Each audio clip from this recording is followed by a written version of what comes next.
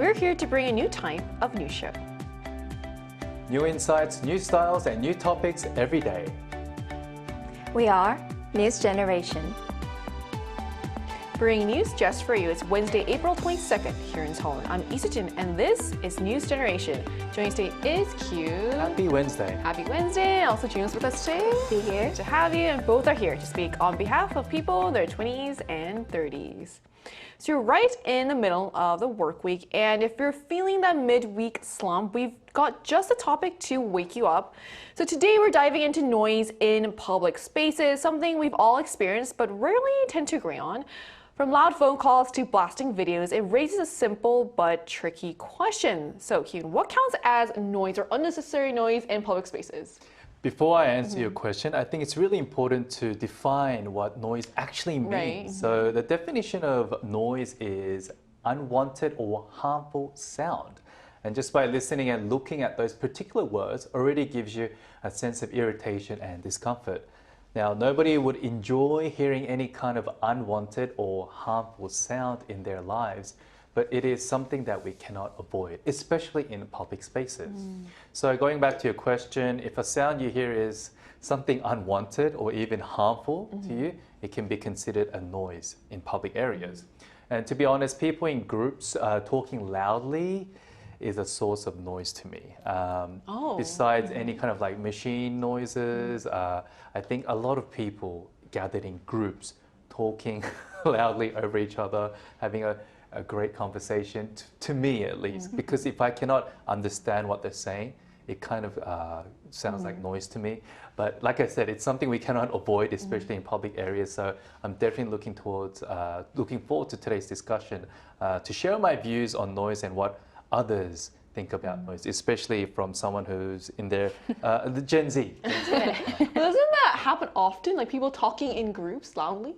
Yeah, it always happens. But it's not something I can avoid, especially in subways, buses, or even cafes. It's just part of life, but then it's just kind of a source of noise and stress for me. And on a scale of 0 to 10, how often do you think you get like triggered by these noises? Triggered? Oh, it's pretty high. But I'm not the type to actually approach someone and say, oh, can you keep the noise down? But I'll just either avoid the place or just swear under my breath.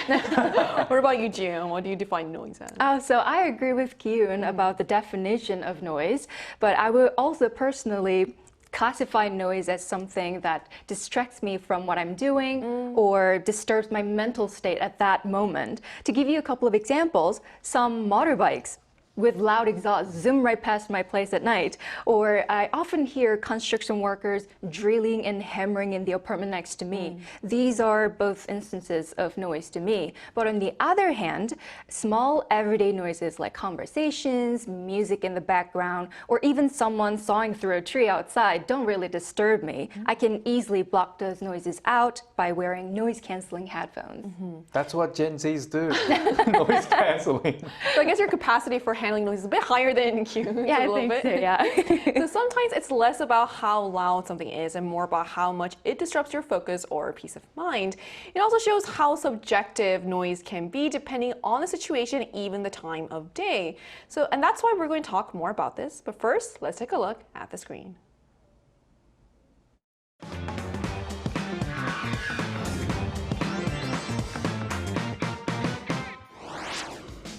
Everyone has different levels of sensitivity, especially when it comes to sound. But those differences are increasingly leading to conflict, particularly in shared public spaces. Today on News Generation, we take a closer look at a recent incident that sparked heated debate online in Korea, explore how much noise is actually acceptable in public, and examine possible ways to ease these everyday tensions. Just as we saw in a video, what one person sees as harmless can feel disruptive to someone else. And this kind of clash is exactly what's fueling debate online. So what viral case here in Korea recently sparked debate about noise in public spaces, Kyun? A well-known former announcer, now TV personality, cited a post on his social media backing the elderly of listening to YouTube content without earphones in public places, in this case subway, by saying, don't hate them too much. They may not be able to listen through earphones at that age, although I cannot be certain, not being that age yet. That last line is kind of funny. Yes, Although I it cannot is. be certain. Right. But this sparked heated discussion in the online community. Some criticizing that he wouldn't know anything because he doesn't take public transport, having his own driver or something like that. And hearing unwanted noise in public places constantly is actually very painful. While some were supporting him by writing that these elderly people could have hearing problems with hearing aids on and are not able to listen with earphones. Now, divided public views on noise in public areas has always been a contentious issue, also with parents showing animation clips to their kids through smartphones or PC, tablets without headphones. Now, some consider it very inconsiderate, while others say, I guess it's better than loud screaming noises or kids running around.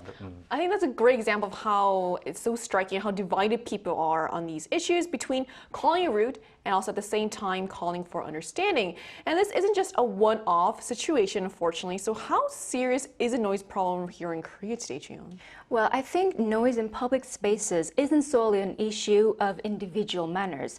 It's connected to broader social change as well. For example, in Korea, complaints about noise on public transportation keep piling up. According to Seoul Metro, there were about 3,000 complaints in just 4 months last year. That shows how many people are actually stressed out by noise in their daily lives.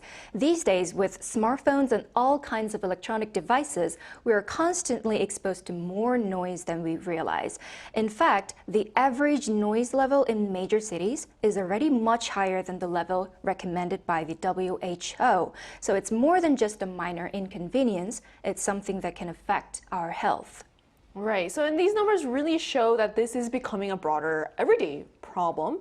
So let's put it to the test in a quick OX quiz to find out what our panelists think about where we should draw the line on public noise. So to get right into it, the first question I have for both of you is it okay to play videos out loud in public without earphones? So yes or no? Jiyoung, do you want to go first? Well, I think yes. Yes, okay. This is something we can be a bit more understanding about. Of course, playing videos out loud in public can be disruptive, but so ideally people should be mindful. But in reality, a lot of people who do that is either elderly or young kids. So for the older people, they might have hearing issues. So using earphones might be difficult or even painful. My friend's grandfather is actually wears a hearing aid, so using earphones isn't just an option for him. And many elderly people might also not be familiar with using those devices in the first place. So for kids, many are still learning basic manners in public spaces, and wearing headphones might be uncomfortable for them. So instead of immediately criticizing them, I think it's better to be a touch more understanding. And if they're disturbing you, gently letting them know might be a more considerate approach. So does this apply to only elderly and young kids? Most of the time, I think, For them, there's an exception. Yes, it's of okay for course. that. So what about you, Kyun? Jiyoung sounds like a very understanding She does. Gen Z. For elderlies and kids, yes. Yeah, I'm very different to millennials like me because I'm quite the opposite. I think public places are for everyone, so basic etiquette needs to be practiced for everyone's peace and safety as well. Playing videos out loud in closed spaces like buses or the subways that causes discomfort to others is, I think, being a little selfish and asking for the understanding of the majority just for a few minority seems a little too much to ask for in an already noisy, tough world we're living in.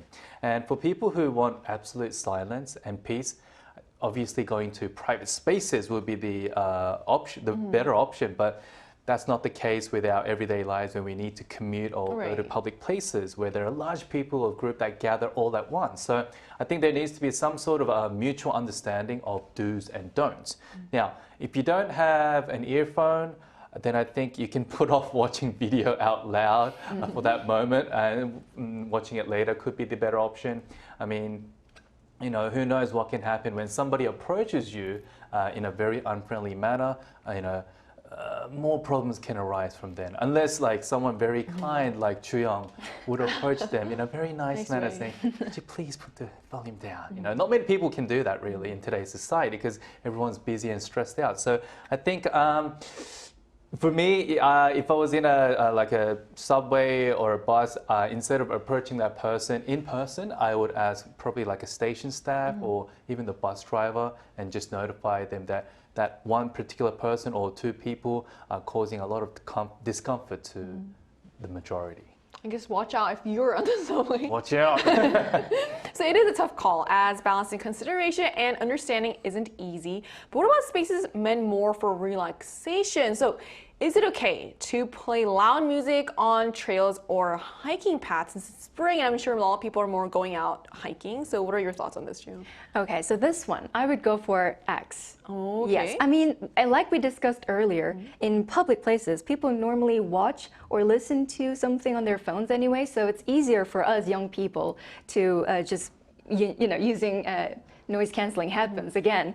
But loud music on walking or hiking trails is a different story. These kind of places are meant for relaxation and enjoying the environment, so loud music can really spoil the experience for others. In quieter surroundings, even a small amount of noise can feel much louder than it actually is, and it completely ruins the atmosphere. So what might seem like just a little noise to one person can be incredibly disruptive to other people nearby. For example, I went hiking in Kyoto, and it was with tourists, as it's already a really popular place. But despite the crowds, I could still enjoy the sound of raindrops, birds chirping, and leaves crunching under my shoes. Yeah, so if someone there had been blasting really loud music, like death metal or something, it would have destroyed the experience there. Death metal music would be very disruptive. So I guess I get where you're coming from. So these are places for relaxation. So no loud noises.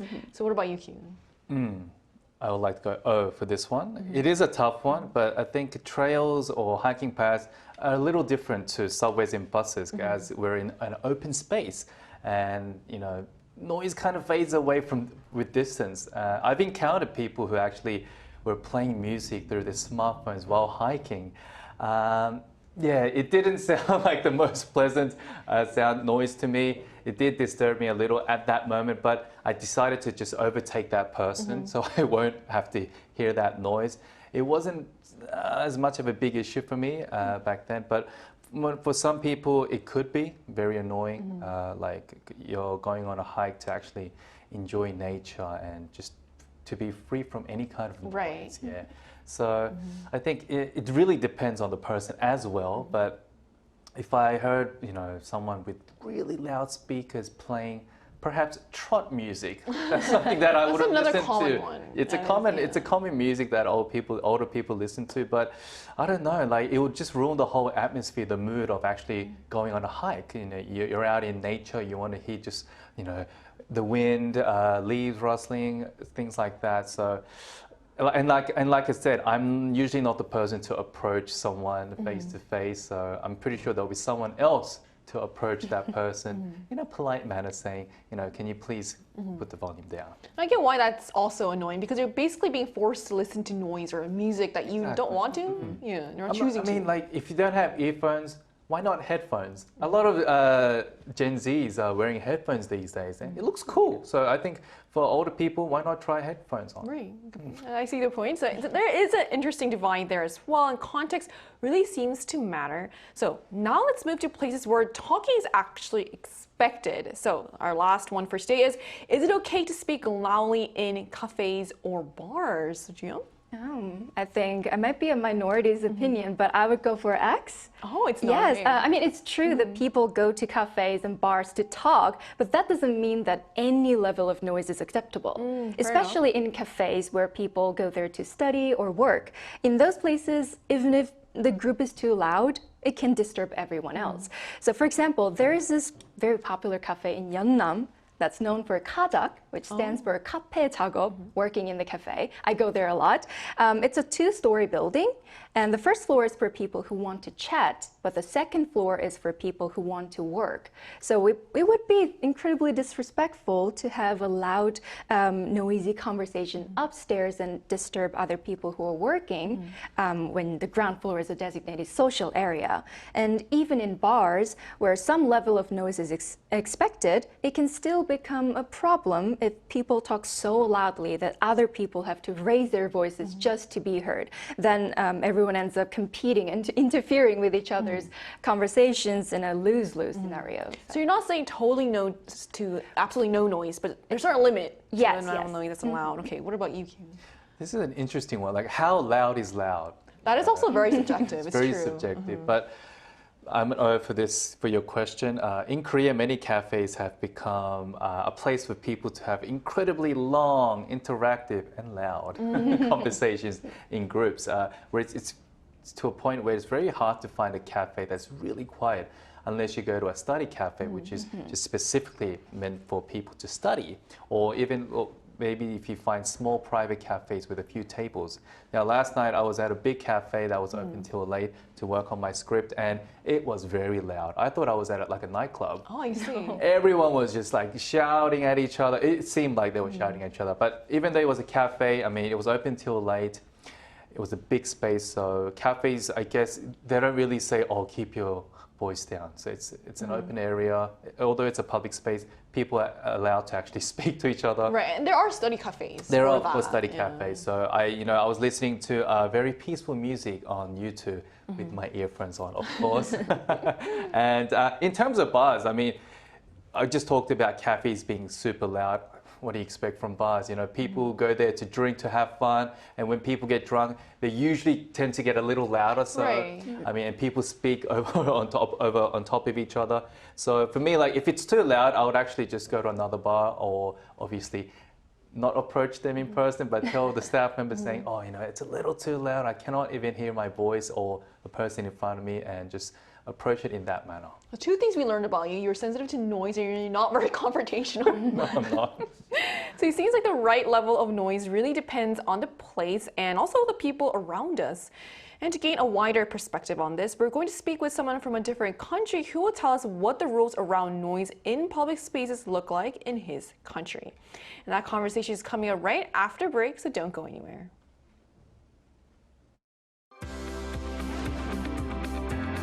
NewsGen wants to hear from you. Go to YouTube and search out channel Arirang News. Click Posts and cast your vote in the poll. Make a new type of news with us. Joining us today is Jesse from the UK, who will be sharing his perspective on how noise issues are handled in his country. So hello, Jesse. Thank you so much for connecting with us today. No, thank you for having me. All right, Jesse, so can you share some examples of noise conflicts in the UK?